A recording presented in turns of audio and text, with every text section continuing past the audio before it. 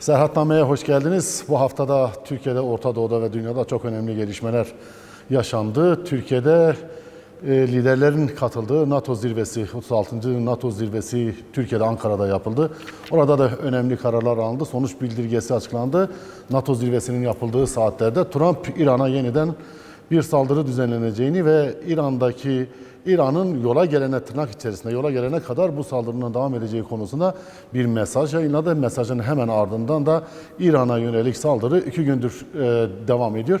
Elbette bunlar Orta Doğu'da ve dünyada bunlar yaşanırken NATO toplantısında da ortaya çıkan sonuç bildirgesinde ülkelerin savunma harcamalarının artırılması konusunda bir uzlaşmaya varıldığı görüldü. Maddelerden çıkan sonuçlar da bunu bize gösterdi. Türkiye'de de elbette devam eden barış ve demokratik toplum süreci var. Bu barış ve demokratik toplum sürecin 1,5 yılı aştı. NATO toplantısından hemen sonra çerçeve yasanın meclise geleceği tartışmaları yapılmıştı NATO toplantısı öncesi. Şimdi NATO toplantısı bitti ve bütün gözler artık Türkiye'de bu maddelerin ne zaman meclise geleceği ve maddelerin içerisinde ne olacağıyla ilgilidir. İşte bütün bunları konuğumuz DEM Parti Van Milletvekili Sayın Sinan Çityürek'le konuşacağız. Hoş geldiniz. Hoş bulduk. Kolay gelsin. NATO toplantısından isterseniz başlayalım. Ülkelerin savunma harcamalarının arttırılacağı mesajı burada ortaya çıktı. Aslında savunmaların biraz daha güçlendirilmesi, işte yapay zeka ile güçlendirilmesi, biraz daha o tehdit unsurunun daha da arttırması konusunda bir durum ortaya çıktı. Maddelerde de bunlar var. Hemen NATO toplantısı devam ederken de Trump İran'a yönelik bir tehdit mesajı ifade etti ve İran'a yönelik 2 gündür devam eden bir saldırı söz konusu. Öncelikle NATO'da ortaya çıkan temel durum neydi? Türkiye açısından değerlendirirsek özellikle F-35 programında Trump işte ilk görüştüğünde Erdoğan'a F-35 programının artık esnetileceğini söylemişti. Sonra gider ayak buna daha karar vermedim, sonrasında karar vereceği şeklinde bir açıklaması vardı. İsterseniz bununla başlayalım. Biraz daha Türkiye ve Orta Doğu'yu neden bu kadar ilgilendiriyor NATO toplantısı ya da dünyayı? Biraz bundan başlayalım. Buyurun, sözü size verin. Sağ olun.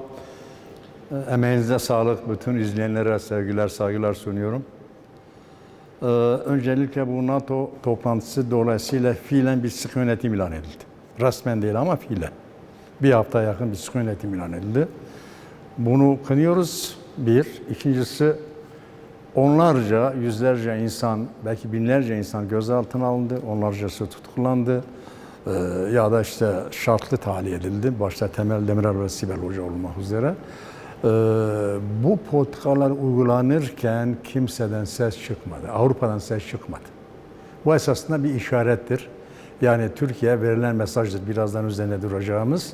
Türkiye yeni misyonlar yükleniyor. Türkiye'de diyor ki tamam, ben NATO'nun jandarma misyonu üstleneceğim. Koçbaşı olacağım. Özellikle Kuzey Afrika ile ilgili olarak birazdan açarız onu. Ama siz de benden bir Kürt meselesinde 2 demokrasisine bahsetmeyin. Bir bu. 2, şimdi yanıtlanması gereken bir soru var. NATO savunma örgütü mü? Hayır. NATO kurulurken de savunma örgütü değildi. Eğer gerçekten savunma örgütü olsaydı, Sovyetler Birliği 1951'de NATO'ya başvuruda bulundu. Katılmak istedi, hayır dediler. Yani sen savunma örgütüydün. Kızıl tehlikeye karşı kurulmuştun değil mi? İşte diyor ki ben katılmak istiyorum. 2, Putin başvuruda bulundu. 2001 olması lazım yanılmıyorsam. NATO'ya katılmak istiyoruz dedi. Kabul etmediler. Demek ki NATO savunma örgütü değil. O işin hikayesi. NATO küresel planda kapitalizmin, emperyalist kapitalist sistemin savunucusudur. Bu nedenle bunun altını başta bizim çizmemiz lazım. Belki devamında bu, şimdi NATO'nun yeni görev misyonu üzerine durarız birkaç cümleyle. Şimdi bu NATO işte, şimdi NATO 3.0 deniliyor. 3.1 neydi? İşte malum 1949, 1991, sonra 2.0 1991, 2022. Birincisi tehdit algıladı Sovyetler Birliği'nde. İkincisi genişleme politikası izledi. Üçüncüsü ise şu anda size değindiniz zaten. Küresel tehdit deniyor. Bu küresel tehdit kavramı çok tehlikeli bir kavramdır. İçi boş, içi belirlenmemiştir. Dolayısıyla bunun uygulayıcıları tarafından, sahipleri tarafından bu küresel tehdit her tarafa çekilebilir. Yani dünyanın herhangi bir yerinden NATO artık herhangi bir gelişmeyi herhangi bir nedenle emperyalist kapitalist sisteme dönük algılanan bir tehdit üzerinde oraya dönük olarak bir saldırı başlatabilir, işgal başlatabilir. O nedenle bu NATO 3 denilen şey, küresel tehdit kavramı problemlidir. 2, şimdi hibrit savaşlar deniyor, yani melez savaşlar deniyor. Bu malum bu postmodern savaşlardır. Yenen belli değil, yenilen belli değil. Savaş uzadıkça uzuyor. Eskide biliniyorsunuz savaşlar başlardı. 5 yıl ya da 10 yıl, en uzun 7 yıl sürdü. İkinci Dünya Savaşı. Sonuçta bitti. Yenen belli, yenilen belli, süresi belli. Şimdi barış gibi yaşanmıyor, savaş gibi yaşanmıyor. İran'la yaşanan süreçte biz bunu net gördük zaten. Öğleleyin barış sağlanıyor, akşamleyin savaş başlıyor. Gece yarısı tekrardan savaş başlıyor. Hibrit savaşları dediği şey esasında bu melez, yani postmodern savaş meselesine ilişkin NATO bir şey sağlamak istiyor. Ne derler? Uyum sağlamak istiyor. Aynı zamanda klasik silahların sınırları görüldü. İran'ın elindeki, yani diyelim ki 3-5 bin dolarlık drone ya da İHA'larla ne yaptı? Amerika'nın dev uçak gemilerine ciddi sıkıntılar yaşattı. Bunu yeniden gözden geçirmek istiyorlar, bu stratejik durumu. Dolayısıyla Ukrayna-Rusya savaşı ve son Körfez Savaşı nedeniyle de kendi durumlarını gözden geçirmek istiyorlar diyelim. Bu Türkiye dönük olarak şimdi ondan önce şunu söyleyelim. Şimdi NATO öncelikle vardıkları sonuçlar itibariyle Avrupa'da inanılmaz bir silahlanmaya yöneliyor. Bu şu demektir: Avrupa işçileri, emekçileri, yoksulları önümüzdeki yıllara çok büyük bir ekonomik, sosyal sorunlarla yüzleşecekler. Zaten şimdiden emekli yaşı 67-70'e dayanmış, onu hala yükseltmek istiyorlar. Vergi dilimleri ağırlaşacak iş emekçiler üzerinde. Almanya inanılmaz bir şeye yöneldi, silahlanmaya yöneldi. Dolayısıyla Avrupa şimdi şu üçgene sıkıştı. Ona üçgen diyorlar, devlet, ordu, güvenlik. Bırakıldı, sosyal devlet denilen kavram, o solun basıncı üzerindeydi, sonucu oluşmuştu. Bu unutuldu. Dünya silahlanıyor, bu çok tehlikeli bir şeydir. Ve Türkiye dönük olarak da başta değindiğim şey, yani muhtemel bir Afrika'da gündeme gelecek olan bir iklim krizi göçü. 2030 diyorlar, 2040'a dönük diyorlar. Eğer 100 milyon, 230 milyon deniyor da, hani 100 milyon insanın göç yönünü düşünün, buna bir dalga kıran lazım. Türkiye dalga kıran misyonu yüklemek istiyorlar.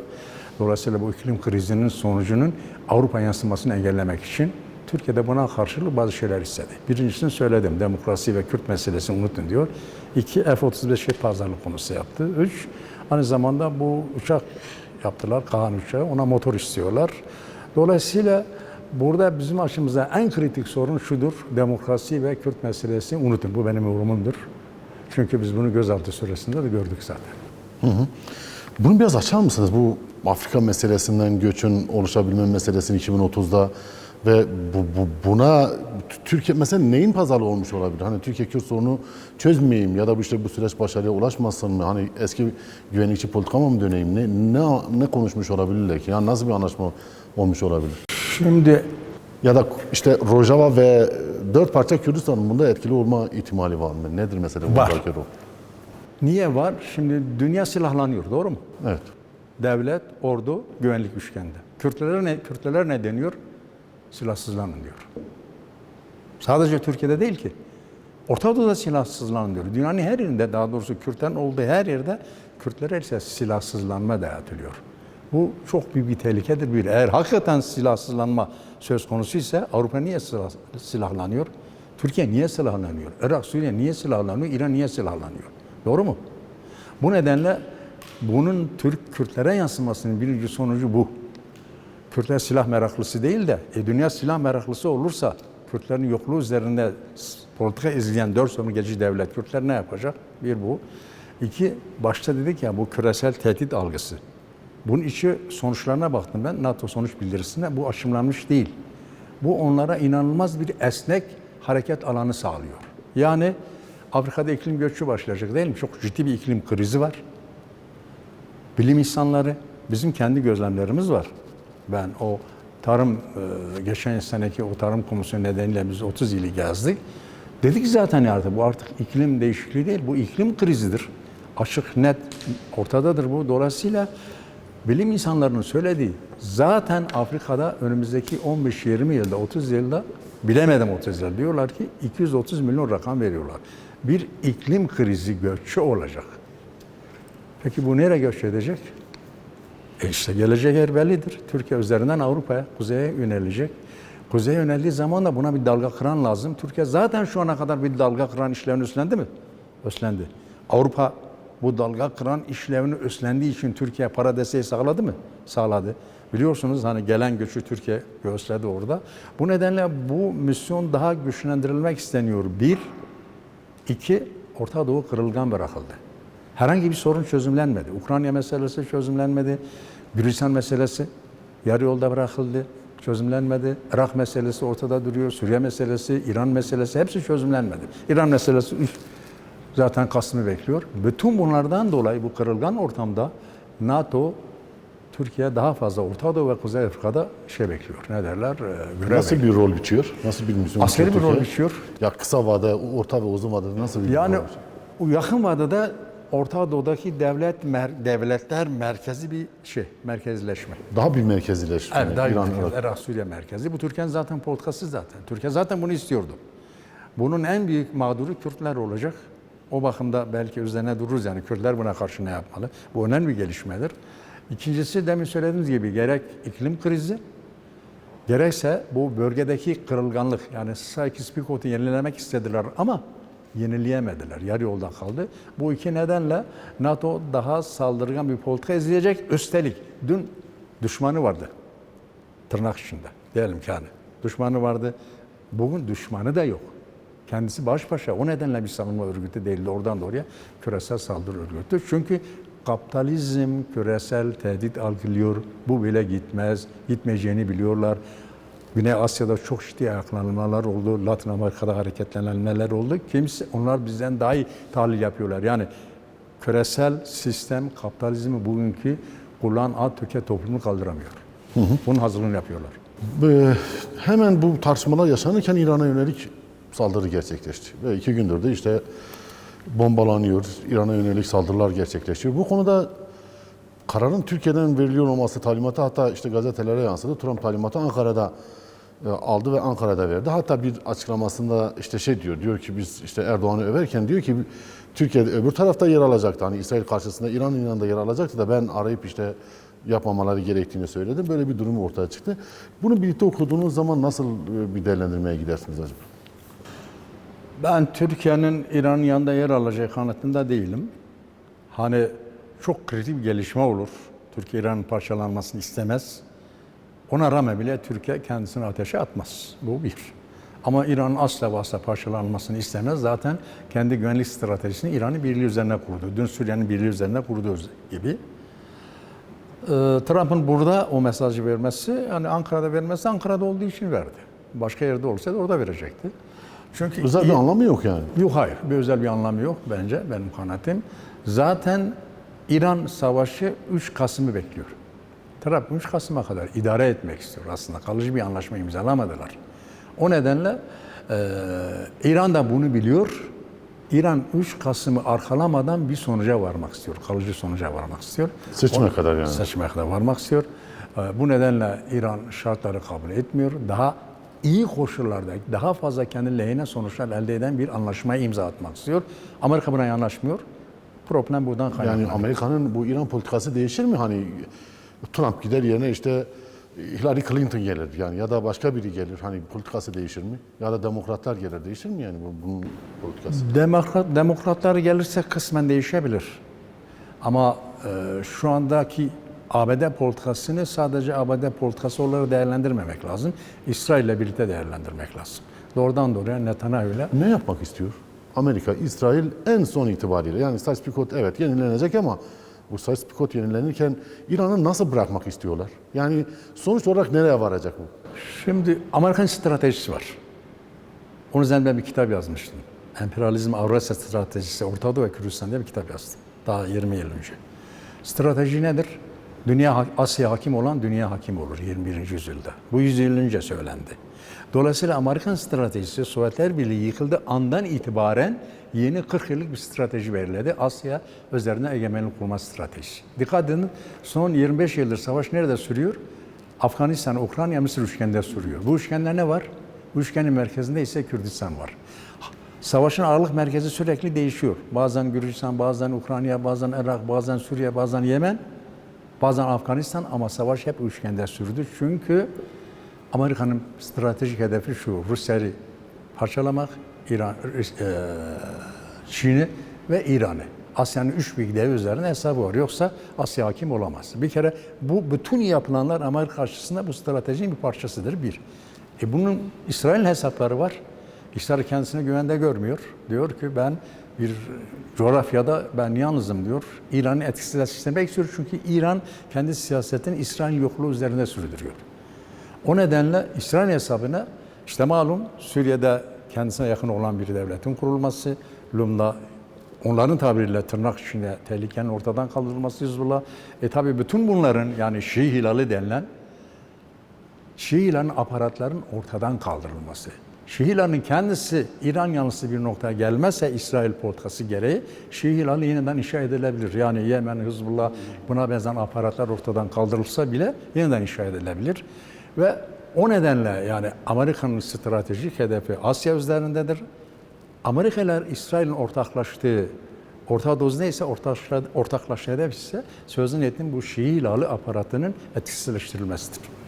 Suriye, Irak ve Türkiye merkezileşirken bu Sykes-Picot'la birlikte bunun İsrail'in amacı doğrultusunda mı yapıldığını düşünüyorsunuz? Yani İsrail bir şekilde burada işte gözde devlet ve işte karar veren konumunda olacak ama Suriye, Irak ve işte Türkiye'de merkezileşecek ama aynı zamanda içerisindeki işte Kürtlerin de demokratik haklarını tanıyacak bir merkezi devlet haline mi gelecek? Yani böyle bir Sykes-Picot yenilenirken böyle bir tasarım var mı kafalarında? Aslında işin başında Türkiye ile İsrail'i ortaklaştırmak istediler. Yani Orta Doğu'da yeni düzen kurulurken ikisinin ortak hareket edeceği bir şey kurmak istediler. Gerçekleşir mi önümüzdeki süreçte? Olmadı. O yürümedi. Suudi Arabistan devreye girdi süre üzerinden ekonominin belirlenmesi konusunda. Şu anda yapılmak istenen şey şu: her şey yarı bırakılıyor. Yani şu anda bir şeyin başını bağlamak istemiyorlar. Çünkü Irak'ın başını bağlarsan bölgenin bütünü onlar açısından ki geneli itibariyle öyledir zaten istikrarsız olduğu için dolayısıyla her şey yarı yolda bırakılıyor. Bir. İki, Orta Doğu'nun iki temel meselesi var. Bu iki temel mesele kim ne yaparsa yapsın çözüm bulmadan ortada istikrar gelmez. Bir genç bir taş atar, 40 taş yerinden oynar. Açın lütfen. Hele bu Kürt meselesi olunca 40 taş değil 80 taş yerinde oynuyor. Filistin meselesi çözdüler mi? Çözmediler. Kürdistan meselesini çözdüler mi? Çözmediler. Dolayısıyla bu iki mesele varlığını koruduğu müddetçe hele Kürdistan meselesi daha çaplı bir mesele. 4 büyük devleti doğrudan doğruya ilgilendiriyor, bölgenin merkezidir. Bu çözümlenmediği müddetçe çözüm üretilemez, kriz çözülemez. Bunun çözümüne dönük de şu anda Amerikan politikası buna uygun değildir. Amerikan politikası şu anda bölge devletlerin çıkarını merkeze alan bir yönelime girdi. Çünkü maalesef Kürdistan klasik sömürge değil, klasik sömürgede hedef bir ülkedir. Bizde 4 sömürgeci devlet var, artı yetmedi 22 Arap devleti var, yetmedi Moskova, Çin statüko hattı var. O nedenle bölgede yakın vadede bir istikrar beklememek lazım. Ucu açıktır, bu devam edecek. Bu enerji yolu meselesinde Türkiye devre dışı bırakıldı, bırakılmadı şeklinde daha önce tartışmalar yapılıyordu. Bugün sanki işin biraz daha içerisine girmiş gibi görünüyor. Yani Türkiye'nin politikalarına uygun mu gidiyor sizce? Bu Hindistan'a Avrupa bağlayan evet. politikası. İpek yoluna alternatif olarak Çin, Demir yoluna alternatif olarak. Bence Türkiye daha ortak edilmiş değildir. Türkiye ona alternatif biliyorsun hatını geliştirdi. Basra Körfezi'nin bağlanacak olan adını unuttum şimdi onun. Ki onun üzerine ısrar ediyor yeni kapı meselesi. Türkiye ile İsrail'in ortaklaşması çok zor. Niye zor? Bugün biliyorsunuz siz İçişleri Bakanı bir açıklamada bulundu. Hayalimde ne var dedi? Kudüs valisi olmak var dedi. Bu bir şey ortaya koyuyor. Yani Türkiye'nin İsrail'in ortaklaşması çok zor. O IMEC politikası da şu anda biraz oldu. Ne derler? Sanki böyle sönümlendi. Zaten olmayacağı açık olduğu için Türkiye İsrail'e karşı Mısır'la ittifak yapmaya çalışıyor. Yani İsrail, Yunanistan, Kıbrıs eksenine karşı Türkiye Mısır'a yaklaşıyor. O nedenle bu IMEC enerji hattı üzerinde Türkiye-İsrail'in ortaklaştırılması meselesi gündemde değil şu anda. Benim kanaatim. İngiliz ve Amerikan politikası ayrıştı mı sizce İran saldırılarında ya da Orta Doğu politikasında şu anda ayrışıyor mu? Yani İngilizler sanki bu Sykes-Picot'u tamam yenileyelim ama halen eski düzeni devam ettirelim ama bunun yenisini koyalım şeklinde bir tasarımı var. Ama Amerika'nın sanki çok böyle razı olmadığı bir durum. Ama razı olmadığı durumlarda da işte başarısızlıkla sonuçlanıyor girdiği bütün ne bileyim işte İran'da başarısızlıkla sonuçlanıyor. Yani ekonomi, enerji meselelerinde başarısızlıkla sonuçlanıyor. Zaten Avrasya Egemenlik Stratejisi'nde yani Amerika'nın 40 yıllık Pentagon stratejisinde Avrupa ve İngiltere ortaklaşmadı. Ayrı hareket etti. Ayrı hareket etti. Besbelli hatırlarsanız 1 Eylül saldırısı olduğu için 11 Eylül saldırısı olduğu zaman Bush ya benimlesiniz ya düşmanımsınız dediği zaman ortaklaşmadı Avrupa'yla. O politika devam ediyor. O nedenle İngiliz aklı ile Amerikan aklı arasında Avrasya üzerinde, Orta Doğu üzerinde bir ortaklaşma yok. Kısmen ortaklaşıyorlar. Şimdi şu an NATO zirvesinde kısmen Avrupa'yı yanına aldı. Körfez Savaşı'nın güvenli enerji geçiş hattının açılması konusunda. Arkasına aldı son açıklanan sonuç bildirisinde. Ama birebir ortaklaşmış değiller. Çünkü dediğim gibi ABD'nin strateji apayrı, Avrasya Egemenlik stratejisidir. İngiltere ve Avrupa aklı ayrı. Bir de İngiltere devlet aklı her zaman özellikle Kürdistan meselesini bizim çok ciddi takip etmemiz lazım. Biz Kürtlerin Amerika'dan çok, Avrupa'dan çok İngiltere'yi takip etmemiz lazım. Hangi fikirdeyim sizinle? Biliyorsunuz 23 Nisan 2026'da tam da 105 yıl önce İngiltere'yle yapmış oldukları stratejik anlaşmayı Dışişleri Bakanı gitti İngiltere'de yenilediler. Ben kendi adıma şunu okudum. Türkiye Cumhuriyeti, Cumhuriyet'in kurucu aklı olan İngiltere'nin stratejik desteğini 100 yıl sonra tekrardan yeniledi. Evet. Şimdi Orta Doğu'da elbette ki Kürtler açısından da farklı gelişmeler yaşanıyor. İşte Peşmerge'nin Irak ordusuna katılımıdır, Rojava meselesidir. Yine İran'daki işte Kürtlerin, Rojava Kürtleri meselesidir. Türkiye'deki entegrasyon meselesidir. Bütün bunları göz önünde bulundurduğunuzda Kürtler için bu yüzyılda bir statü görünüyor mu? Nasıl bir bu hegemonik devletler nasıl bir hat çiziyor Kürtler için? Entegrasyona ilişkin iki cümle söyleyeyim. Tabii entegrasyon. Ama yani şimdi entegrasyon, Kürt'ün yokluğu üzerine entegrasyon değildir. O başka bir şeydir. Kürt'ün statüsü olsun değil mi?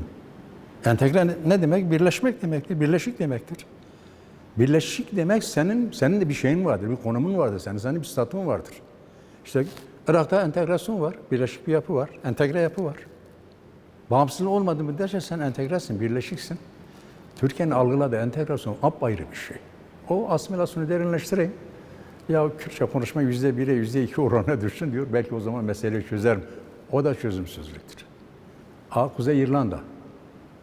Ana dilde konuşma oranı %3'e düştü. Çözebildiler mi? Yok. Sonuçta özellik vermek zorunda kaldılar. Aslında Bas diliyle konuşma oranı benim en son aldığım 1.8'e düştü. Çözdüler mi? Hayır. Sonuçta özellik vermek zorunda kaldılar statü ve şimdi yeniden Bas dili güçleniyor. Yani Türkiye'nin bunun üzerine hesabı kesinlikle kökten yanlıştır. Bir. İki, bütün bunlar olup biterken 50 milyon Kürt'ün, 60 milyon Kürt'ün, 30 milyon Kürt'ün hiç önemli değildir. Statüsüzlüğü üzerine her hesap kim yaparsa yapsın çıkmaz sokaktır. Kürt bundan sonra kabul etmez bunu. Başı beyaz bizim ketenli annelerimiz, o onların ruhudur bu. Bunu kabul etmezler bu saatten sonra. O nedenle devletlerin hesabı, özellikle Türkiye'nin hesabı diğer 4 devletle birlikte ya biz Rojava'yı yaptık, tırnak içinde çözdük. Şimdi onların tabiriyle yılanın başı olan örnek alınan, Rojava için de örnek alınan ya da hani statü bakımında diyorum, Doğu Kürdistan için de örnek alınan bizim bu başvuru çözmemiz lazım diyorlar. Şunun etrafında dolanıyorlar. Onun politikalarını izliyorlar. Aynı gün bir bakıyorsun MİT Başkanı Irak'ta dışları onların Kuba Taliban ise Ankara'da, Yani YNK üzerinde ciddi bir basınç oluşturmak istiyorlar. HDP ile ilişkileri var.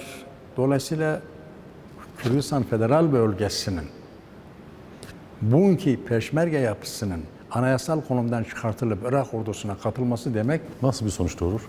kötü bir sonuç doğurur. Açalım. Bu yıkım olur Kürtler açısından.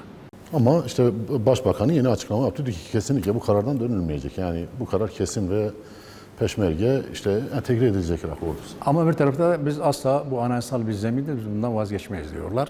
Orada ciddi bir kırılma yaşanmazsa bunu elde edemezler, bunu başaramazlar. Şimdi Kürtleri tamamıyla diyelim ki silahsızlandırırlarsa Rojava'da yapılanı biz görüyoruz. Dün izledik değil mi? Ana dili eğitim yerine seçmeli ders diyorlar. Yani Türkiye'nin politikası yolunda ilerliyor. Ya da isim değişmeye başladı. İşte Kobani tekrardan Aynul Arap ismini de ısrar ediyorlar. Bu şu demektir yani Kürtler eğer savunmasız olursa devlet bünyesi içinde, birleşik bir devlet yapısı içinde savunmasız olursa Kürtlerin varlığını kabul etmek istemiyorlar. Çünkü Irak, Suriye, Türkiye, İran stratejik olarak Kürtlerden tehdit algılıyor. Diyor ki Kürtler bölgeye yeni referanslarla geliyor. Haklar ve inançlar referansı. Rojava'nın peymanı neydi anlaşması? Haklar ve inançlar anlaşmasıydı. Doğru mu? Kürdistan Federal Bölgesi'nde de 5 resmi dil var, 8 inanç eşit temsil ediliyor. Ve Mesih Barzani bağımsız referanduma giderken dedi biz klasik ulus devlet kurmak istemiyoruz. Biz demokratik bir devlet, cumhuriyet kurmak istiyoruz dedi. Çok etnik yapılı, çok dinli. Bundan korkuyorlar. Kürtler yeni referanslarla gelecekler. Tehditleri, korkuları bu. Bu bakımdan 4 devlet aklı ortak hareket ediyor. Benim kanaatim, benim inancım Kürtlerin bugün başta 2 parçanın ortak hareket etmesi lazım. Rojava ile Kürdistan Federal Bölgesi. Biz zaten hep diyorduk, Rojava eğer kahvaltı yapılırsa bu taştı, başarı bu firavin. Aynı tehlike eve. Bu bugün olması gereken Rojava'nın Kürdistan Federal Bölgesi'ne ortaklaşması lazım. Dün bizim aklımız, fikrimiz Rojava'ydı. 4 parçada. Bugün 4 parçada aklımız, fikrimizin Güney Kürdistan'da olması lazım. Burada nasıl bir yakınlaşma sağlarlar? Çağrımız odur bizim. Biz destemizi, elimizi uzatıyor muyuz? Sömürgeci devletlere. Barışçıl demokratik çözüm diyor muyuz? Diyoruz. Doğru. İyi de biz kendi parçamıza, kendi partilerimize niye uzatmıyoruz? Niye Kürt-Kürt'e barışçıl demokratik elini uzatmıyor? Tam da bu kritik evrede. Başarıya ulaşma imkanı var mı orada devletlerin bu Var. başvurdaki politikası? Var bence. Var mı? Kürtler ortaklaşırsa Batı içindeki dengeyi de lehlerine değiştirirler. Batı şunu biliyor yani Kürt meselesi çözülmeden Bu politika başvuruda başarılı olabilir mi? Yani bugün işte hegemonik devletlerin başvura biçtiği rol ya da işte oradaki sonraki tasarımlar sizce hayata geçer mi ya da başarılıya ulaşır mı? Kürtlerin buna karşı 4 parçada ne yapması gerekiyor? Siz gözümüzün artık eskiden Rojava'da olduğunu, aklımızın, fikrimizin orada olduğunu, şimdi de başvura döndürmemiz gerektiğini söylediniz. Bu mesajı biraz isterseniz açıklayın ve buradaki hegemonik devletlerin politikası etkili olur mu? Şöyle diyelim, bizim kazanımlarımızı, başta Rojava'da olmak üzere, yeniden geriye sarmak için başvuru tutmamız lazım. 4 parçada. 2, tabii onu tutması için partilerin büyük fedakarlık yapması lazım. Başta HDP'nin, sonra YNK'nin ortaklaşması lazım. Üçüncüsü, bütün partilerimizin, başta PKK'nın, diğer bütün partilerin bu 2 parti üzerine demokrasi basınç uygulaması lazım. Ortaklaşmaları yönünde, halkımızın da. Eğer bu bakımda bir yakınlaşma olursa bu yönde çabalar var. Ben inanıyorum ki bu başvurun statüsünü değiştirmeye hedefine ulaşmış olur. Ve KDP ve YNK arasında da sanki bir anlaşmazlık meselesi var bu durumda, yani bu konuyla ilgili. Var çünkü İran baskı uyguluyor. İran asla ve asla istemiyor. Sadece İran değil, hiçbir sömürgeci devlet istemiyor. KDP ile PDK'nın anlaşıp Peşmerge'yi birleştirmesi konusunda hiçbir sömürgeci devlet istemiyor. Her hamleye mutlak bir başka hamle geliyor, müdahale geliyor. O açıda ama buna rağmen KDP ile YNK sorumludurlar. Peşmerge bugüne kadar birleşmediyse sorumluluk onların üzerindedir. Bu sorumluluğun bilinciyle davranmaları lazım. Yoksa Kürt halkı hakikaten siyasi partilerimizden hesap soracak. Evet, Türkiye'de devam eden 1,5 yıllık süreç içerisindeki bu barış ve demokratik toplum sürecinin başarıya ulaşması orayı etkiler mi? Üç bölgeyi. Etkiler de başarıda Başarılırsa. ve ne elde edilirse. Mesela yani hiç olmazsa örneğin Bir çözüm modeli olarak oluşursa örneğin Kürtlerin anayasada Kürtlerin varlığının kabul edilmesi. Bir Kürt milleti var, Kürt halkı var değil mi? 2, ana dilde eğitim. 3, silahlar bırakılmış. Kürt siyaseti aynayı kendine tutmuş. Ben kendimi tekrarlıyorum demiş son 15 yıldır. Devlet de kendi silah tekeline aynayı tutar. Der ki ben de kendimi tekrarlıyordum zaten. İlker Başbuğ dedi ya, biz kaç defa PKK'yı bitirdik ama bitmedi. Bahçeli dedi ya, biz her yol yöntemi denedik ama bitiremedik. Çözüm üretemedik. Devlet de aynayı kendine tutarsa, sivil barış, sivil demokratik siyasetin önüne sonuna kadar açılırsa bu model tabii ki etkiler diğer parçalar. Niye etkilemesin? Süreç 1,5 yılı aşıyor. Ha bugün ha yarın işte gelecek ay sonraki yıl falan derken birkaç bayram geçti aradan. Bir çerçeve yasanın oluşması gerektiği konusunda Sayın Öcalan'ın bir şey vardı, bir önerisi vardı. Bu çerçeve yasa meselesi bir süredir mecliste tartışılıyor. En son NATO toplantısı sonrası bu işte aynı 20'sinde ihtimalen gelecek hafta işte meclise gelmesi konusunda bir mutabakat olduğu ifade ediliyor. Şimdi bazı noktalarda, bazı açıklamalarda işte Sayın Öcalan'ın, DEM Parti İmralı heyetinin ve devletin hatta meclisin diğer siyasi partilerin mutabık kaldığı ifade ediyor yasa tasarısında. Ama basına yansıyan, özellikle havuz medyasına yansıyan şey bambaşka bir şeyden söz ediliyor. Cumhurbaşkanı danışmanı da uçumda kısa bir süre önce bu mesele müzakere değil, diyalog yürütüyoruz meselesi. Yani müzakereden diyaloğa geldi bu mesele. Önümüzdeki hafta bu durumun yani çerçeve yasanın meclise gelme ihtimalini olduğunu düşünürsek iyi niyetle sizce içerisinde gerçekten hakları, bütün hakları, Kürt halkının temel haklarını garantiye alabilecek ve bütün bu işte Türkiye'nin yeniden demokratikleşme meselesini ön açabilecek bir yasa olduğunu düşünüyor musunuz? Kaygılarınızı önce ne olması gerekiyor? Sonra kaygılarınızı Önce olması gereken şey şu. Bu çerçeve yasa geciktirildi. Niye geciktiğini anlatmaya çalıştım. 2 şey beklediler. Roja ve Rojalat Kürdistan'daki gelişmeleri görmek istediler. PKK'nın silah bırakmasını yerinden gözlemlemek istediler. Bu 2 nedenle geciktirdiler. Şimdi içeriğin tamamıyla benim kanaatim boşaltılıyor. Niye boşaltılıyor? Türkiye 4-5 noktadan onu başta söyledim. Kendi lehine gelişmelerin olduğunu düşünüyor. Dolayısıyla yasanın içini mi boşaltıyor? Yani ilk düşündükleri şeyle bugün daha farklı. Daha geriledi Türkiye çünkü daha doğrusu Cumhur İttifakı geriledi. AKP geriledi. AKP tamamıyla meseleyi getirdi. Bir seçim politikasının aparatı haline getirmek istiyor. Büyük tehlike budur. Bence MHP de bunun farkındadır. Bu bakımda aralarında sorun çıkar mı çıkmaz mı yoksa hakikaten anlaşmışların başından sonuna kadar. O nedenle zaten en son açıklandı. DEM Parti Grup Başkan Vekilleri açıkladı, dediler ki vallahi yani biz bu çerçeve yaşada bir tabakat var mı yok mu? Bizim haberimiz yok, biz bilmiyoruz, bize yansıyan bir şey yok dendi. Bu işin olumsuz yani. Yani Türkiye daha doğrusu AK Parti iktidarı, AKP iktidarı diyor ki gelişmeler benim lehimdedir.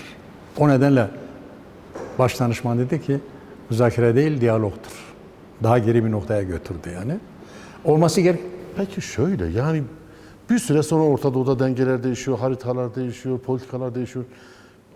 Bugün kabul etmedikleri ya da getirecekleri çok böyle sakat bir durumu, kimsenin kabul etmeyeceği bir yasa tasarısını eğer Kürt hareketi kabul etmez, bir süre sonra Orta Doğu politikası dengeleri Türkiye aleyhine değişirse bir daha aynı noktaya geri dönme imkanı olmayacak belki. Ya da orada Kürtler olmayacak. Bu tehlikeyi de görebiliyor muyum? Şimdi tehdit şu. Çözüm süreci gerçekten devlet aklıyla, devletin stratejik aklıyla başlatılmadı. Ya da başlatılsa bile sonradan Cumhur İttifakı'nın özellikle AKP'nin seçim stratejisinin bir parçası haline getirildi. Seçim stratejisinin bir parçası haline getirilirse o zaman taktik bakarsın, stratejik bakarsın, günü okursun yani. Hele ben bir dönem daha kendimi kurtarayım, iktidar olayım dersin. Devlet aklıyla bakarsın, dediğin gündeme gelir. Dersin ki ya ben bugün bunu şey yapmam ama bu yarın yine karşıma gelecek. Zaten 100 yılda karşıma geliyor her defasında. Ama bugün görülen şey şu. AKP bu meseleyi seçim aparatı olarak görüyor. Devletin stratejik aklıyla asla bakmıyor. Bugünü kurtarmaya çalışıyor. Mutlak 2 hedef var. Erdoğan yeniden Cumhurbaşkanı olsun, Cumhur İttifakı yeniden iktidar olsun, daha doğrusu AKP. Tamam. Her şey buna Bütün bağlı. kaygı bu mu? Bu. Yani, Hareket noktası bu. peki bu sorunu çözmeyecek değil mi? Çözmeyecek. Kesinlikle. O zaman siz ya da Kürt hareketi, işte Kürt siyasetçilerin o ortak tavrı buna karşı ne olacak? Şimdi bu Halkı buna nasıl ikna edeceksiniz? Bunca süre buraya kadar gelen bir sürecin aleyhe dönmesi ya da işte Türkiye'nin adım atmama meselesini mesela halka nasıl anlatacaksınız? halk zaten ikna olmadı. Ben her yerde gidiyorum. Van'da da köyleri geziyorum. Çatkapı sokağı geziyorum. İkna olmadı ama hayal kırıklığı kötü bir şey ama. İkna olmuyor. Halk şu anda yani bekliyor hala. İkna olmamış. Olması da mümkün değildi zaten. Ortada somut bir durum yok. Yapılması gereken şey şu bugün. Bence, bizce Kürt partileri bir araya gelecekler. Diyecekler ki bu çerçeve yasanın meclise gelmesiyle görülürse şayet sadece terör parantezine alınmış, sadece PKK'nın silah bırakılmasıyla sınırlı, siyasi olarak hiçbir şey yok, adım yok, sonuçları bile yok. Bu eğer kesinleşirse, netleşirse o zaman yapılacak olan şey şudur. Tamam, silah bırakıldı, okey. Biz sivil siyasete dönüyoruz. Bizim bütün siyasi hedeflerimiz bakidir. Silahla yapmak istediğimizi biz şimdi sivil siyasetle yapmak istiyoruz. Bir. İki, ortak bir çağrıda bulunurlar devlete. Siz bir kez daha çözümsüzlüğü uzatıyorsunuz. Bir kez daha Kürt meselesini tutmak istediğiniz tutamadınız, bırakmak istediğiniz bırakmadınız, çözmek istediğiniz çözemediniz, sürdürmek istiyorsunuz, sürdüremiyorsunuz. Siz çözümsüzlüğü derinleştiriyorsunuz. Bizim buna alternatif politikamız şudur. Kürt halkının olmazsa olmaz 3 talebi vardır. Ana dilde eğitim, anayasada varlığı ve statü. Kürt siyaseti olarak biz demokratik, meşru, sivil zeminde bu kavgamızı sürdüreceğiz. Süreç bizim lehimizdedir, sizin aleyhinize işleyecek. Mesela Kürt halk önderliğinin fiziki özgürlüğü sağlanmadığı sürece ya yarın işte bir hafta sonra atıyorum meclise geldiğinde böyle bir durum oluşmadığı zaman Kürt hareketinin zaten bunu kabul etmeyeceği başından belli yani. Zaten yapılan açıklamalar Kürt hareketinden yapılan açıklamalar bunu gösteriyor. Halk da bunun talebini defalarca dile getiriyor, mitinglerde söylüyor. Yani Kürt halk önderliğinin fiziki özgürlüğünün sağlanmaması bu süreci de başarıya götürmeyecek. Mesela öncelikle bu gelmiyor mu mesele Kürt halk önderliğinin özgürlüğü? Şimdi Baş müzakereci olarak eşit şartlarda yer alması, müzakere yürütebilme gücünün koşullarına ulaşması. çok güzel bir soru.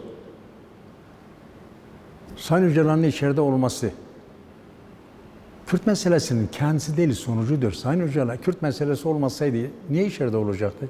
Olacak mıydı içeride? Yok. Kürt meselesi yoksa niye cezaevinde olsun? Kürt meselesi olmasa Demirtaş'la niye içeride olsun? Kayyum niye tayin edilsin? Bu nedenle Kürt meselesinin kendisi değil sonuçlarına bile el atmaktan korkuyor Cumhuriyet, devlet. Öcalan'ın bırakılmasından korkuyor devlet. Niye korkuyor? Kaç defa söyledik biz, siz doğrudan doğruya kendi örgütüyle bağlantı kurmasını mı istiyorsunuz? Etkilemesini mi istiyorsunuz? Önce bırakın. Aracı oradan çıkartın, kendisi doğrudan doğruya örgütüyle, halkıyla bulursun, görürsün, görüşlerini alsın, düşüncelerini dinlesin. Silaha dönüş yok diyor. Dolayısıyla siz gerçekten silahın yerine sivil demokratik siyasetin etkin olmasını istiyorsanız bunun önünü açın. Türkiye bunun önünü açmakta da korkuyor. Türkiye'nin meselesi Kürtlerin izlediği politikanın şekli değildir, biçimi değildir, silah mı silahsız değildir. Hangisi güçlüyse ondan tehdit algılıyor. Problem o değildir. Bu nedenle bizim kaygımız şu, Öcalan'ın bırakılması ve diğer adımlar. Bu konuda da çerçeve esasında bir şey çıkmayacak. Dileriz biz yanılırız. Çıkmazsa yapılacak şey nedir? Silaha dönüş müdür? Bizce silaha dönüş olmamalı bu saatten sonra. Kuzeyde olmamalı. Ne yapılmalı? Sivil demokratik siyasette sonuna kadar yüklenilmeli. Ben inanıyorum ki Türkiye'nin zayıf karnı esasında bu saatten sonra silah değil, kuzeyde sivil demokratik siyasettir. AKP ve devlet aklı aynı paralelde mi düşünüyor? Yani bu Kürt sorunun çözümü meselesinde bir sürede devam eden bu tartışmalarda devlet aklı ve AKP aklı aynı mı çalışıyor? Aynı noktaya mı geldi? Ya da AKP'nin yapacağı bu politikada yani işte çözümsüzlük politikasında devlet aklı bunun karşısında nasıl bir rol oynayacak ya da buna karşı nasıl çıkacak? Devlet aklı dediğimiz zaman ilk aklımıza gelen CHP'ydi. Yani devletin kurucu şeyleri ne derler, kodları hala CHP'nin elindedir diye düşünüyorduk. CHP'nin başına neler getirildi gördük. Dolayısıyla devlet aklıyla AK Parti aklının ya da Cumhur İttifakı aklının nerede örtüştü, nerede ayrıştı da tam belli değil. Şu anda devlet aklı kısmen Cumhur İttifakı aklıdır. Kısmen AKP aklıdır. Böyle okumak lazım. Onlar da bu meseleyi dediğimiz gibi kendi siyasi hedefleri doğrultusunda esas itibariyle güncelleştiriyorlar. Bir de yanlış hesaplar o, tekrarlayayım. Onlar süreci lehlerine işlediğini düşünüyorlar. Bu yanlış bir okumadır. Her şart ve koşulda Türkiye'deki çerçeve yasa meclise geldi. Çözümsüzlüğü dağıtan bir noktada durdu. İşte Başur'da, Bakur'da, işte Rojava'da, Rojava'da her şey Kürtlerin tersine gitti. Bunun karşısında Kürtlerin olmazsa olmaz dediği şey yapması gereken şey nedir? Birincisi bu. İkincisi bu çerçeve yasa eğer çözümsüzlüğü dağıtacak, pişmanlığı dağıtacak bir noktadaysa sizin siyaset olarak, siyaset kurumu olarak ne yapmanız gerekiyor? Belki bununla programı bitirebiliriz. Teşekkür ederim, sağ olun. İyi bir soru. Birincisi çerçeve yasa geldi mesela. Dedik ya gecikmesi bir dert, gelip de içeriğinin boş olması iki dert. İki dert meselesi şayet netleşirse, diler netleşmez. Diler içeriğinden Kürtlere dönük somut bazı şeyler de olur. Eğer hiçbir şey yoksa, terör parantezin dışına çıkmıyorsa yapılacak olan şey şudur. DEM Parti, Sayın Öcalan, Kürt siyaseti bir bütün olarak dönüp halka bir açıklama yapmalıdırlar. Biz her şey yaptık. Hakikaten her şey yapıldı. Kayıtsız şartsız her şey yaptık. Fakat devlet hiçbir şey yapmıyor. Dolayısıyla bu çözüm sürecini bu noktadan sonra biz bırakıyoruz. Çözüm süreci sizin olsun. Siz sağ, biz selamet. Biz silaha dönmüyoruz. Biz halkımıza dönüyoruz, sokağa dönüyoruz. Bizim bütün siyasi hedeflerimiz bakidir. Silahla değil, sivil demokratik siyasetle. Bir bu. İkincisi, Orta Doğu'da ne yapmalıdırlar? Kürtler kesinlikle ve kesinlikle Kürt siyaseti umutsuzluğa kapılmamalı. Konjonktürel kayıplarımız var. Bunların stratejik kayıplara dönüşmemesi için yapılacak olan şey bugün bizim kayıplarımızı yeniden tırmandırmamız için başta Rojava olmak üzere Kürdistan Federal Bölgesi'ndeki konumunu bizim 4 parçada sahiplenmemiz lazım. Olumlu olarak çıktıysa öyle umuyoruz. Çerçeve yasa mı? Evet. Eğer çerçeve yasa olumlu çıkarsa Türkiye'yi ne bekliyor? Türkiye'yi nasıl bir olumlu süreç çıkarsa bekliyor? o zaman yapılacak olan şey şudur. Oradaki kasıt da şu. Diyelim ki hiç olmazsa Kürtlerin varlığını kabul ettiler. Ya Kürtler de bir halk vardır. Kabul ettiler değil mi? Ve bazı sonuçları ortadan kaldırdılar. Öcalan'ı bıraktılar. Diğer belediyeleri de sözle değil, iki Ahmet görevine dönsün değil, yasayla bir daha kayyumun atanmayacağına dair güvence verdiler değil mi? O zaman Türkiye'de önemli değişimlere alan açılır. Hakikaten açılan kapıdan içeri girip demokratikleşme alanı güçlendirilir. Yoksa CHP'nin başına bunları getirenler, devletin kurucu aklının başına bunları getiren Cumhur İttifakı'nın kumaşında demokrasi gömleği dikilemez. Olumsuz bir durumda Türkiye'yi ne bekliyor? Hem uluslararası alanda hem kendi içerisinde yaşadığı bu çoklu krizler mesela ne bekliyor Türkiye'yi?